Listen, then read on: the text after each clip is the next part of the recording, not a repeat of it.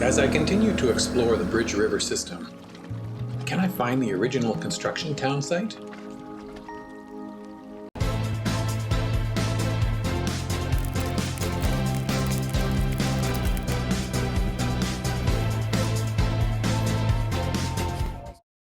In the last video, I rode the Hurley up to the Terzaghi Dam and then up to the headwaters of the Bridge River. Now I'm back at camp, packed up and fed. I set out to trace the rest of the Bridge River system and look for the old construction town site.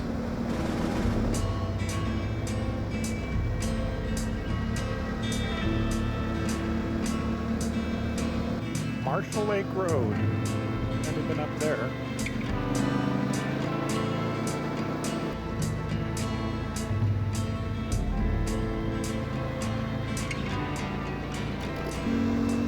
Terzagi Dam is lower than Terzagi Dam at 180 feet or 55 meters, but it is the most important structure in the project. It replaced an earlier cofferdam which had been built across the Bridge River to force its flow into Powerhouse No. 1 diversion tunnel.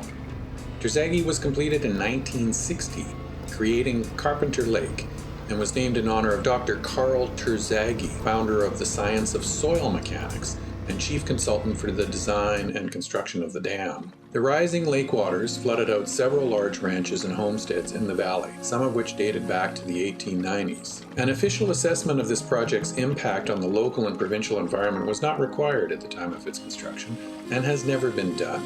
However, some of the effects are obvious. The most immediate and visible environmental impact was the inundation of the upper Bridge River Valley, which had been a serpentine, flat-bottomed valley framed by its tributary canyons and ranges. The valley was home to a number of prospectors, settlers, lodges, and others who were forced from their homes by the rising waters of Carpenter Lake, which also drowned what was left of Minto City. Seton Lake, once pristine and crystalline sky blue color, was turned cold and opaque by the diverted glacial and milky green waters of the Bridge River, which can be seen in satellite photos. Most of the flow of the Bridge River is diverted into the tunnels, and the damage to the fishery on both river systems was incalculable.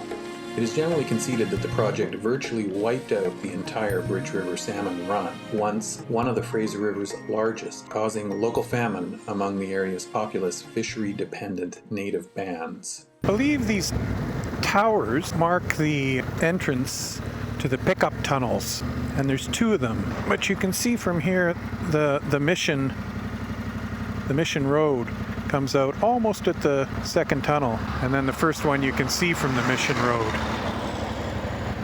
The tunnels may make it easy for the water to get to the other side, but for us, it's a series of twisty, windy gravel roads climbing up to the top of Mission Pass at 3,865 feet.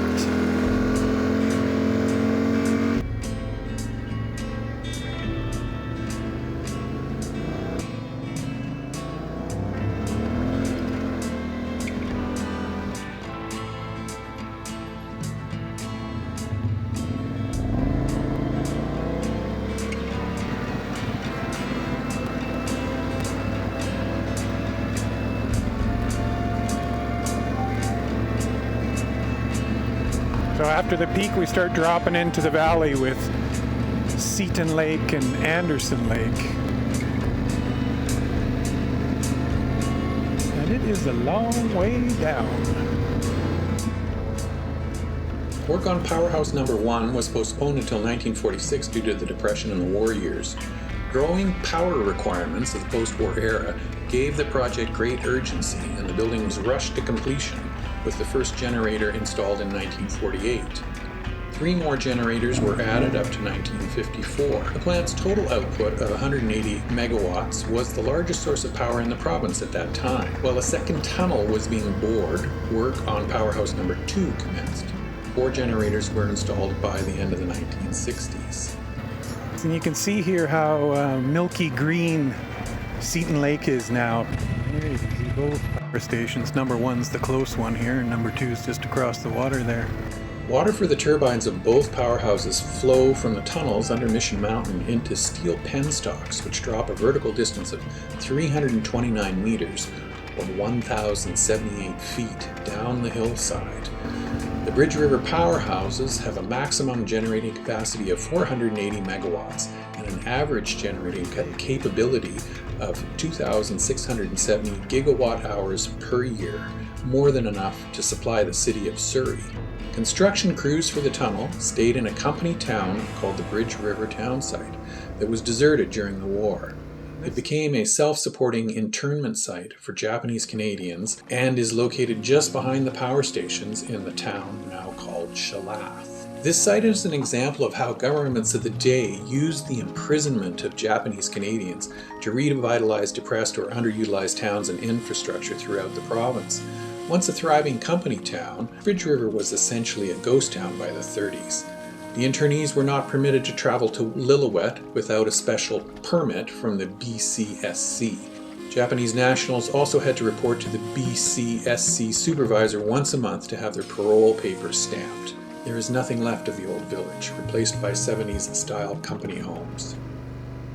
The last and smallest piece of the Bridge River Power Project are the Seton Dam, the Power Canal, and the Seton Powerhouse in Lillooet. This diverts some of the flow out of Seton Lake, ending at the powerhouse just before the Fraser River, to produce a maximum generating capacity of 42 megawatts and an average capacity of 330 gigawatt hours per year. But we're not going that way today.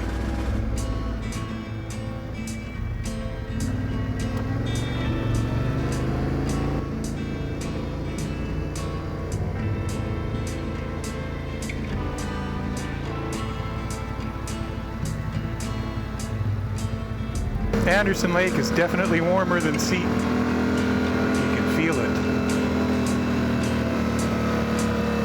Very nice to get a little bit of water to cool me down.